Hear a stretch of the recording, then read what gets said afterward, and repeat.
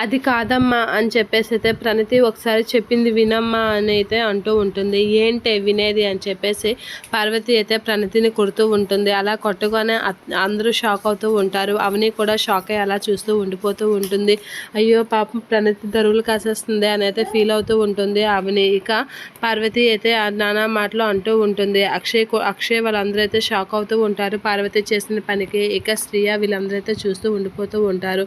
భానుమతి వీళ్ళు కూడా చూస్తూ ఉండిపోతూ ఉంటారు. నువ్వు అసలు దాని మాటలు ఎలా నమ్మావే, ఇంటి పరువు తీసేసావు కదా అని చెప్పేసి అయితే అంటూ పార్వతి అయితే అవని ప్రణతితో అంటూ ఉంటుంది. నువ్వు ఇంత పని చేస్తావని కలలో కూడా అనుకోలేదు, ఇంత దిగజారిపోతావని నేను అనుకోలేదు. ఇంటి పరువు తీసి ఏం చేద్దాం అనుకుంటున్నావు? ఎవరినో పెళ్లి చేసుకోవడానికి ఇంటి పరువు తీస్తావా? పెళ్ళి ఇష్టం లేదని అప్పుడే చెప్పాలి కదా అని పార్వతి అయితే తిడుతూ ఉంటుంది. ఇక అవని అయితే షాక్ అవుతూ ఉంటుంది. అలా చెప్పడానికి అయితే ట్రై చేస్తూ ఉంటుంది. ఇక పార్వతి అయితే అది కాదత్తయ్య అని చెప్పేసి అయితే నువ్వు మాట్లాడుకో అని చెప్పేసి, నిన్ను ఎంత దినిగా చూసుకున్నాము, ఎంత బాగా ఇదయ్యాము, అలాంటిది నీకు మాకు నిజం చెప్పాలని అనిపించలేదా? నువ్వేం చేద్దాం అనుకున్నావు అసలు అనేది అంటూ ఉంటాడు. ఇక పార్వతి అయితే ప్రణతిని కొడుతూ ఉంటుంది. అలా కొడుతూ బాగా కొడుతూ ఉంటుంది.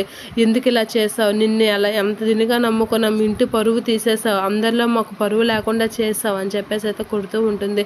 అమ్మ ఎందుకు ఒకసారి ఆగు అని చెప్పేసి అయితే శ్రీకర్ అంటూ ఉంటాడు. ఆగమ్మ, ఎందుకు అలాగా ప్రణతిని కొడుతున్నావు? ఒకసారి చెప్పేదేదో వింటే బాగుంటుంది కదా అని శ్రీకర్ వీళ్ళు అనేసరికి ఏంట్రా చెప్పేది అని చెప్పేసి అయితే అంటూ ఉంటుంది. అత్తయ్య ఆగండి అని చెప్పేసి అయితే అవని అయితే అక్కడికి వస్తూ ఉంటుంది. నువ్వు అసలు ఇక్కడి నుంచి వెళ్ళు అని చెప్పేసి అయితే పార్వతి అవనిని తోసేస్తూ ఉంటుంది. అలా తోసేసరికి నీకు ఇంటికి సంబంధం లేదు, నువ్వు పక్కన ఉండు అని చెప్పేసి అయితే అనేసరికి పార్వతి అవని అయితే షాక్ అవుతూ ఉంటుంది.